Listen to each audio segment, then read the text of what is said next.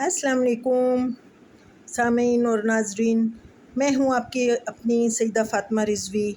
میری طنز و مزاح پہ مبنی کتاب فنکاریاں، اس سے میں ایک مضمون پڑھنے لگی ہوں۔ سن کر ضرور بتائیے گا آپ کو کیسا لگا، پھر یہ سلسلہ جاری رہے گا۔ آپ کی دعائیں شامل حال رہیں تو انشاءاللہ آپ سے ایسا تعلق بنے گا، آپ ہر سفر میں میرے ساتھ ہوں گے۔ چڑھتے سورج کی پوجا۔ میں ایک موبائل فون ہوں۔ ماڈرن لوگ مجھے سیل بھی کہتے ہیں۔ پہلے میری اوقات صرف اتنی تھی کہ میرے توسط سے لوگ ایک دوسرے سے بات کر لیتے تھے، چاہے کال ہو یا میسیج۔ مگر آپ سب تو جانتے ہی ہیں، ہمارے ملک میں کھانے پینے کے لیے کچھ ہو یا نہ ہو، ٹی وی اور موبائل اہم اور ضروری ہو گئے ہیں۔ اب تو نئے نئے ماڈلز آ گئے ہیں کہ میں خوشی سے پھولے نہیں سماتا۔ اور سب سے زیادہ حیرت تب ہوتی ہے جب اپنی اتنی حسین دلکش ماڈلز اور اداکاراؤں کو چھوڑ کر پڑوسی ممالک سے منہ مانگی رقم ادا کر کے ایسی اداکاروں کے ہاتھ میں مجھے تھما دیا جاتا ہے جنہیں اپنے ملک میں کوئی نہیں پوچھتا، اور وہ دیس جہاں صبح کا آغاز تلاوت قرآن پاک اور نماز سے ہوتا ہے، وہاں میرا من موہنا چہرہ سب کی نظر میں ہوتا ہے۔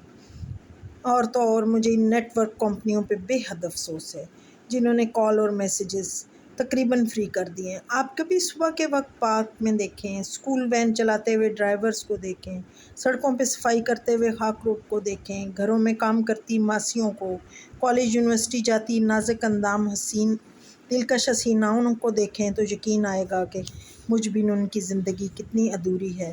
اب تو گزرے وقت کے ساتھ ساتھ میری قدر و منزلت میں بھی اضافہ ہو رہا ہے۔ ہر کوئی مجھے ٹچ کر کے کہاں سے کہاں پہنچ جاتا ہے، مگر ایک وقت ایسا بھی آتا ہے جب میرا جی چاہتا ہے کہ میں استعمال کرنے والے کا منہ نوچ لوں، اور جب میرا مالک یا مالکن اپنے ساتھ مجھے واش روم میں لے کے جاتے ہیں تو توبہ توبہ، سب سے زیادہ جھوٹ وہیں میرے ذریعے بولا جاتا ہے۔ جانم میں میٹنگ میں ہوں، بس ابھی آتا ہوں، اور وہ میٹنگ کس جگہ کس کے ساتھ ہو رہی ہے مجھ سے بہتر کون جانتا ہے۔ پھر کچھ حسینائیں گھر سے کمبائن اسٹڈیز کا بہانہ کر کے گھر والوں کو الو بناتی ہیں، اور چارجنگ ختم ہونے کا بہانہ بھی تو کرنا ہوتا ہے، اس لیے مجھے آف کر کے پرس کے کسی تاریک کونے میں پھینک دیا جاتا ہے۔ ایسے ستم ڈھائے جاتے ہیں کہ کیا بتاؤں۔ جب کسی صاحب یا صاحبہ کا بیلنس ختم ہو جاتا ہے اور انہیں کسی سے ضروری بات کرنی ہوتی ہے تو مجھ پر ہی غصہ اتارا جاتا ہے۔ بھلا اس میں میرا کیا قصور؟ انصاف کا تو زمانہ ہی نہیں رہا جناب، کرے کوئی بھرے کوئی۔ اگر کوئی ہمیں ہمارے مالک سے چھین کر لے جائے تب بھی ہمیں مورد الزام ٹھہرایا جاتا ہے۔ بھلا ہم خود تھوڑی نہ چل کر جاتے ہیں چور کے پاس، اب مالک کو بھی تو کچھ احتیاط کرنی چاہیے نا۔